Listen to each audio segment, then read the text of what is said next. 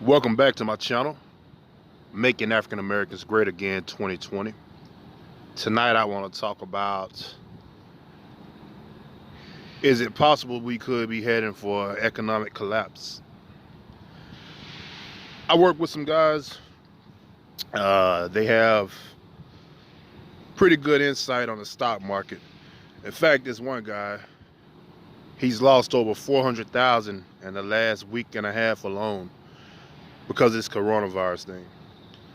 I'm hearing right now tonight from sources at work that the stock market is supposed to crash tomorrow. Now, I understand that my sources are working men just like me, and they could be wrong and I know what they're talking about at all. So let me first point that out. I'm not saying these guys are experts. I'm just saying that it's speculated and it's rumored to be a possibility. With that being said, it gets me thinking, what would you do if we were headed for another Great Depression? Are you stockpiled on food? Are you stockpiled on weapons and ammunition? Do you own the place you live at? Do you have any land, any location that you can go to seclude you and your family? These are just a few questions that come to mind. It's not because I'm a lunatic or that I'm crazy or that I'm mad. It's only because when times get desperate, people get extremely irrational. Your number one need as a human, your number one instinct is to survive. Everything we do every single day is geared towards survival. You get up and you go to work because that's how you survive. You need to make money to take care of yourself and your family, right? You choose a mate. That's all a part of survival. Attraction is based off survival. A lot of us are attracted to certain types of people, and that's only because that's your subconscious using that to get you to procreate. So when that basic need is threatened with a stock market crash or this coronavirus thing, people tend to get extremely irrational and defensive. So it just makes me wonder, how have you prepared for this? Are you prepared for this? Then again, we could wake up tomorrow and it could be nothing. But from what I'm hearing, a barrel of gas is probably going to go up to like $20.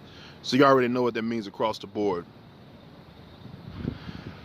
Touching a little bit more about African Americans, and my channel is MAAGA, Making African Americans Great Again. How do we do that? The first thing we do is we start accepting responsibility for our own actions, and we start economizing. We start trying to set up our own businesses, our own banks, our own restaurants. Even in terms of politics, screw the Democrats. They're not trying to help black people. Republicans not much better, but if I had to vote for one, I would choose Republican. But we need our own people in there. We need to quit listening to the hoteps like Tariq Nasheed and Umar Johnson. Because while these guys do have valid points, they're a bunch of race baiters. And that's what they sell. They sell the fear-mongering tactic of, it's a racial war coming in America. And again, I'm not one to elaborate on that type of stuff, but I'll ask you, if America is indeed headed towards that route, if it is a race war coming, black people, what have you done to prepare for it?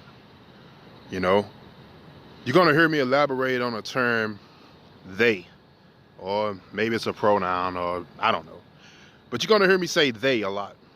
And who is they? Well, that's a good question. All I know is every time I hear people talk about bad situations, for example, Hurricane Katrina, they not going to let us die.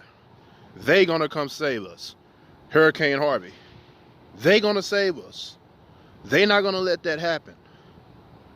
The bottom line is, whether they do it on purpose or they are just too busy, preoccupied with other things that are important, the bottom line is, if you look at most white people, when that shit happened, they were prepared. Why? Because on weekends, Some white people go boating and fishing. So when the area got flooded and the levees broke, guess what? They used to being in boats. That's what they geared up on. They threw the stuff in the boat. They got the families in the boat. They hightailed it the fuck up out of there.